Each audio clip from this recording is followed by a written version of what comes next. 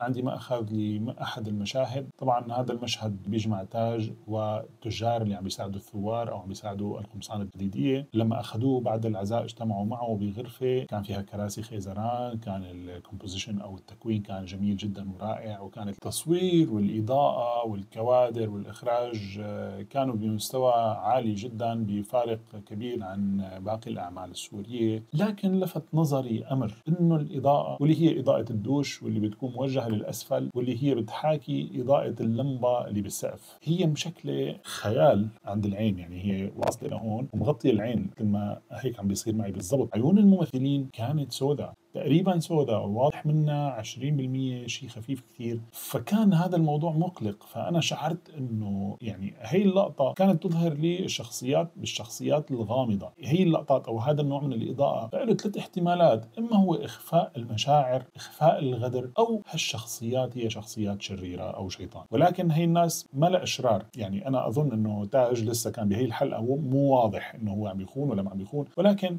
لا هو شرير بالنهاية ولا هن أشرار، هن عم يدعموا الثوار ضد الفرنسيين. لو إنه شوي العيون ظاهرة كان ممكن يمرق، بس العيون كانت غامضة للغاية. تعالوا نحكي شوي عن الإضاءة والتصوير اللي موجود بهذا المسلسل. مدير الإضاءة والتصوير هو زبيغنيف ريبشينسكي. زبيغنيف هو مخرج، كاتب، وسينماتوغرافر. هو مدير إضاءة وتخصصه كان بالديجيتال سينماتوغرافي والكروما، يعني التصوير المتخصص بالمؤثرات والجرافيكس. طبعا هو مخرج للأفلام التجريبية، أو اهتمامه ينصب نحو الأفلام التجريبية والمؤثرات، التصوير بالمؤثرات. وطبعا من أفلامه المهمة هي فيلم تانجو، واللي حصل على جوائز أمريكية وعالمية. طبعا ما بيخفى على الكل إنه نحن كنا عم نشوف صورة رائعة الجمال، خلاقة، فيها من الكوادر الرائعة، طبعا بالاشتراك بين مدير الإضاءة والتصوير والمخرج. طبعا المخرج له القرار الأول والأخير، وهو اللي بيختار هي اللقطات وهو اللي بيختار هي الكوادر. لكن في معك دي أو بي أو مدير إضاءة وتصوير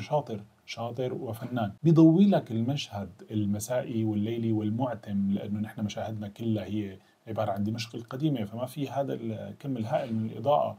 فبتلاقي مشاهدنا المعتمة هي منارة حقا، هي ما لا مشاهد معتمة ومزعجة وقاتمة. فمنلاقي الكادر كله منار بشكل بقعي طبعا، وفي إضاءات جاي من مصادر طبيعية، واضح إنه هي مصادر طبيعية، وفي إنارة الممثلين بتكون بطريقة أو بشكل جميل، وبيرسم بالإضاءة على الكادر تبعه. صراحة عم نشوف أجود أنواع الإضاءة والتصوير والكوادر الحلوة لهذا العمل. بالإضافة إنه الديكورات والفنون البصرية اللي جوا اللي عم نشوفها، مثل التصاميم والزخرفات والآرمات، شيء رائع جدا، شيء مشغول بفن، وكل لوحة على حدة، كل حتى لوحة على الحائط مرسومة شكل فني رائع. حتى الزخارف الموجودة هي زخارف أصيلة وما بتلاقيها مأخوذة من مواقع الصور الجاهزة، هي واضحة أنه مرسومة يدويا. الآرمات اللي مكتوبة ومخططة كمان مخططة يدويا بحسب الخطوط التي كانت موجودة في ذاك الوقت. هذا شيء مهم، وهذا شيء توثيقي فنيا رائع جدا. طبعا يعني بحيي فيه القائمين عليه، اللي هن طبعا من المخرج للآرت دايركتور لكل اللي اشتغلوا بهذا الحقل.